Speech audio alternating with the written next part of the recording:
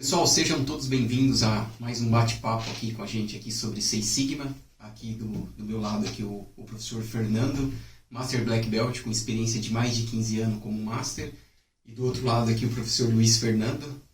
A ideia hoje é a gente falar um pouquinho aí com vocês sobre mentalidade Six Sigma, né?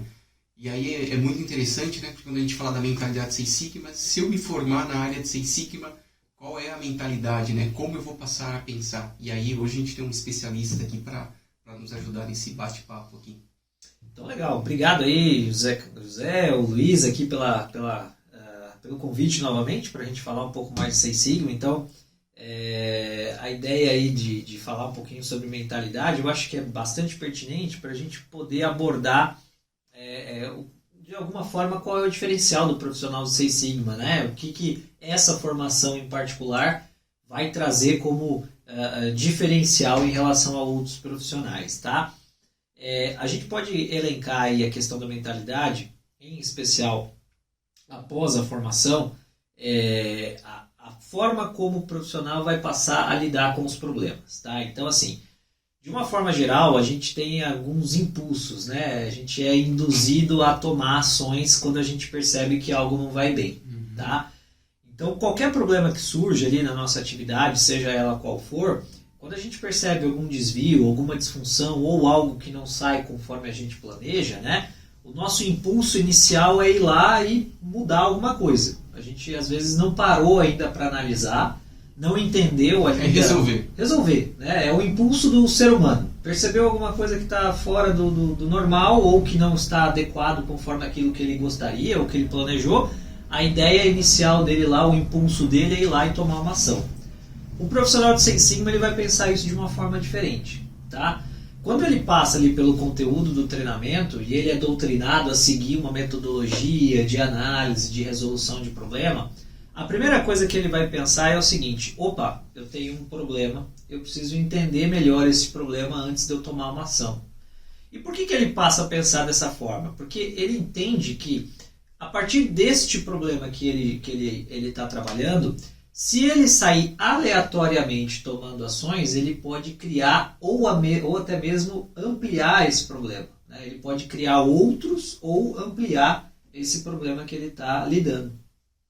Então, assim, é importante o profissional, né, quando ele está lidando com algum tipo de análise, ele está tentando resolver algum problema, ele ter essa preocupação em parar, analisar apropriadamente aquele problema antes de tomar ação, para não criar esses efeitos adversos, que pode ser a ampliação do problema que você está estudando, ou até mesmo a criação de outros problemas. Então, é muito comum, como a gente falou, a partir da identificação de um problema, a gente tomar ação. Muitas das vezes a gente acaba piorando o problema, porque a gente, ao mexer sem fazer uma análise profunda da causa daquele problema, a gente cria novas fontes de variação. Então, o que a gente vai estudar ao longo do Six Sigma é que a grande maioria das vezes, esses problemas que nós estamos analisando, eles são problemas sistêmicos, causados por fontes de variação que existem dentro dos processos.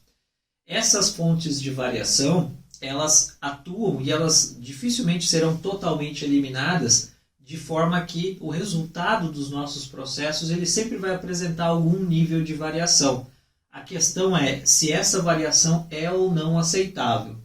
Quando a gente percebe que existe um problema, né, muito provavelmente essa variação ela já passou do ponto de ser uma variação aceitável, ela já é uma variação perceptível ao ponto de não ser aceitável.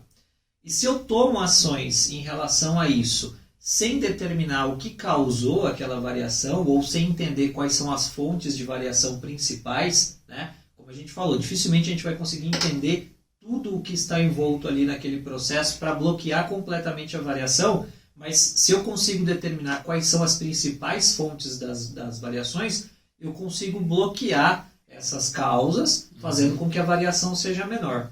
O profissional, vamos dizer assim, normal, né, aquele regular que não passou pelo Six Sigma, ele tem esse impulso de mexer no processo. Ao mexer no processo sem entender quais são as causas das fontes de variação, ele acaba introduzindo novas fontes de variação. Tentativa e erro. Tentativa e erro, né? Popularmente chamado aí tentativa e erro.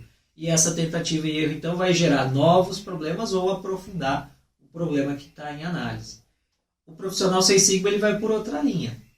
Ele vai procurar, então, antes de tomar ações, entender quais são as fontes de variação, o que causou aquele resultado, tá? Para que ele consiga, como a gente falou, tentar bloquear a ocorrência daqueles principais fatores, né, ou as causas que geraram aquele problema em particular. Ele dificilmente, como a gente disse, vai bloquear completamente, né? Alguma variação sempre vai existir, mas se ele consegue determinar as principais fontes e agir sobre elas, os resultados finais tendem a variar menos, a ponto de eventualmente serem imperceptíveis do ponto de vista ali do cliente ou da própria organização, tá? Então o profissional Six Sigma, a mentalidade dele é sempre analisar antes de agir. Então por isso que a gente tem dentro do Six Sigma um método estruturado, né, de análise e resolução de problemas. Então ele é doutrinado a, primeiro, definir muito bem o que ele está estudando, entender o que é o problema que ele quer resolver. Depois, como que ele mede esse problema, fazer uma boa mensuração, entender quais são, né, as principais componentes daquele problema que ele está estudando. Numa terceira etapa, ele vai de fato esmiuçar, entender o processo que gera esse problema que ele está estudando e mais do que isso, quais são as fontes de variação, né? Quais são as causas potenciais desse problema.